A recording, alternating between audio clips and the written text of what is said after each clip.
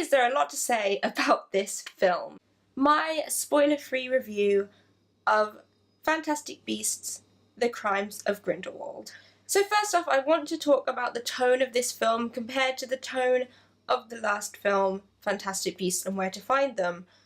It was instantly darker. I mean, you can't hold a candle to how different these two tones in the films are. And the scene that encapsulates that perfectly is the opening sequence, and I think it gets Grindelwald's character across very, very well. So I did enjoy the opening sequence, and I'm not sure how I feel about the darker tone. I think it immediately went so dark from quite light-hearted that it was a bit of a stark contrast. I'd say the pacing of this film is overall very well paced. It never felt rushed, and it never felt like it was too long or drawn out and dragging things out.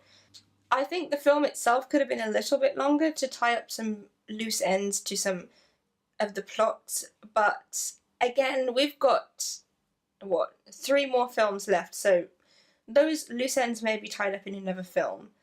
But yeah, I think the pacing was overall well paced, and it was a good job there. The script also felt a lot more natural in this film compared to the first one.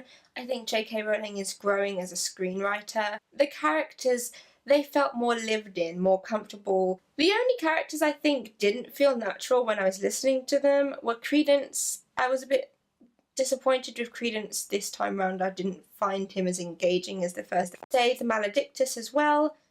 I think it's just more the fact that the Maledictus had not as much to do in this film. And also Yusuf Kama. I found his dialogue very clunky and distracting, and I wasn't really a fan. The acting in this film was excellent, for the most part. There were a few people that I wasn't impressed with. I wasn't sold on young Lita Lestrange. That is not Zoe Kravitz's version. This is Thea Lamb, who plays the very young Lita. That is not just spoiled, by the way. But I wasn't really sold on her performance at all, to be honest. Also, as I've said before, it's not just the script for Yusuf Kama that I wasn't sold on, it was also the acting. I felt it was frankly bad, and I didn't feel any sympathy for him as a character. He was annoying to me, and I think it's the acting. On to what's really important in this is the plot. Okay, without any spoilers, I will just say that there are so many plot elements in this film. Whew. It was so much to take in, and quite honestly, it was too much to take in. It was overwhelming.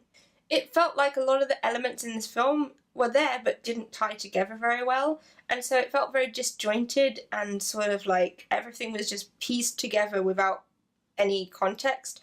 But again, 3 more films to fix that. I wasn't really sold on it, and the plot was very, very complicated. Also, the funny thing is, this film is called The Crimes of Grindelwald, and I don't really think we learnt that much about the crimes of Grindelwald. Some noteworthy performances in this film, because honestly, there were some really wonderful, stellar performances in this film, of course, because the cast is wonderful in general.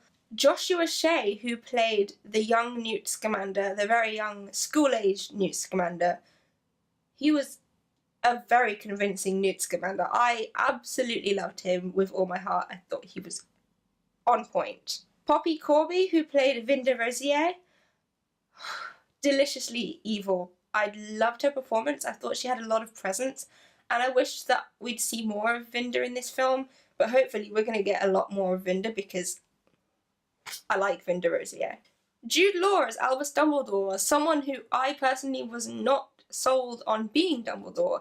I didn't want him to be Dumbledore. I thought it was a weird choice and I was very reticent about it, but he clearly loves this role. He clearly wanted to do Albus a lot of justice, and he did. I thought he was brilliant as Dumbledore. Zoe Kravitz was absolutely beautiful as Lita Lestrange. I adored her. I thought she gave a lot of life and warmth to this character. Brilliant. Dan Fogler is always a pleasure to see on screen. He's still one of my favourite actors in this, and Jacob is still one of my favourite characters, so yeah. And a controversial one, Johnny Depp. Now, I've always loved Johnny's work, and I do think most of his films are very good, and he is, no matter what you think of him, he's an incredible actor. And he was very good in the role of Gellert Grindelwald, so good job. And I just want to run through my favourite characters of this film. Jacob Kowalski, always.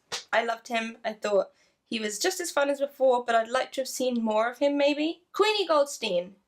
No spoilers here, but yeah. Alison Siddall did a great job as Queenie, and she's still one of my favourite characters. Lita Lestrange, definitely a new favourite of the Wizarding World in its entirety. No joke, she might be one of my favourite people in the Wizarding World. That includes Harry Potter.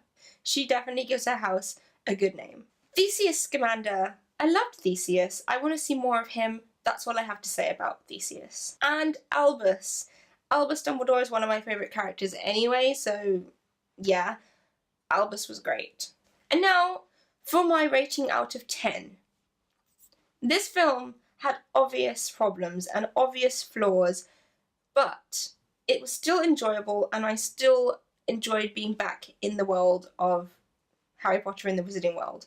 So, out of 10, I will be giving this film 8 out of 10. Thank you for watching my review of Fantastic Beasts: The Crimes of Grindelwald. I hope there were no spoilers in that. I don't think there were. If you enjoyed this video, why not give it a big like, thumbs up, and subscribe for more videos of this kind, all to do with Harry Potter, and I will see you guys next time. Thank you so much for watching. Goodbye.